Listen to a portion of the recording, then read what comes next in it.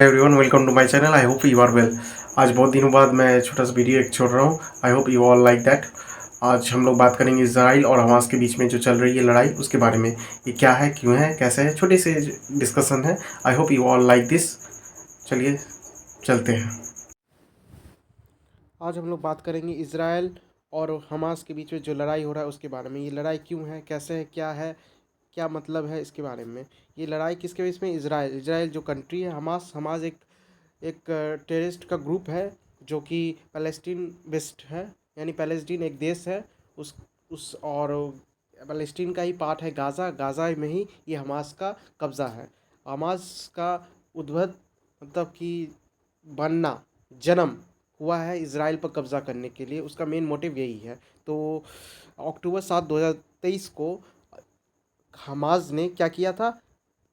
Israel पर Gaza के द्वारा, गाज़ा से रॉकेट तान दिया किस पे? इजराइल पर।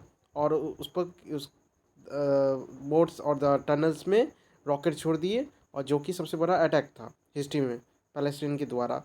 और जिसके कारण इजराइल को बहुत सारे प्रॉब्लम का सामना करना पड़ा, बहुत सारे अटैक्स हुए इजराइल पर। तो इसके कारण इजराइल पर बहुत सारे हानि भी हुए इजराइल को, जिसको इलेक्ट्रिसिटी, फ्यूज़, सब कुछ क्राइसिस आने लगे। जिसके कारण इजराइल ने क्या फैसला लिया कि उसको डू और डाई, यानी कि हमास को पूरी तरह से ख़त्म कर देंगे और पूरी तरह से इजराइल को सेफ रखेंगे। ये उनका मोटो था। तो ज़रूर उनके अकॉर्डिंग ये सही है कि कोई मुझे मारेगा, मैं उसको क्यों छोड़ दूँगा।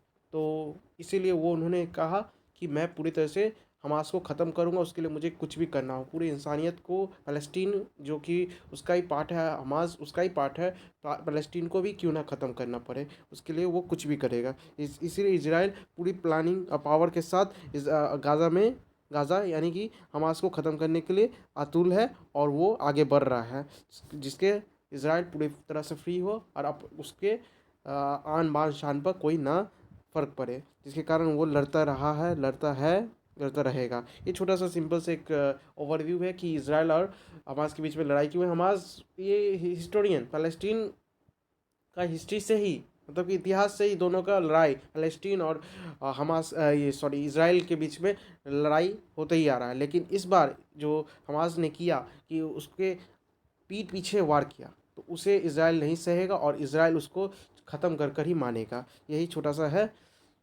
एक मोटो, इजराइल जीत कर ही रहेगा। बस आई होप इसको आपको अच्छा लगा होगा। Thank you everyone.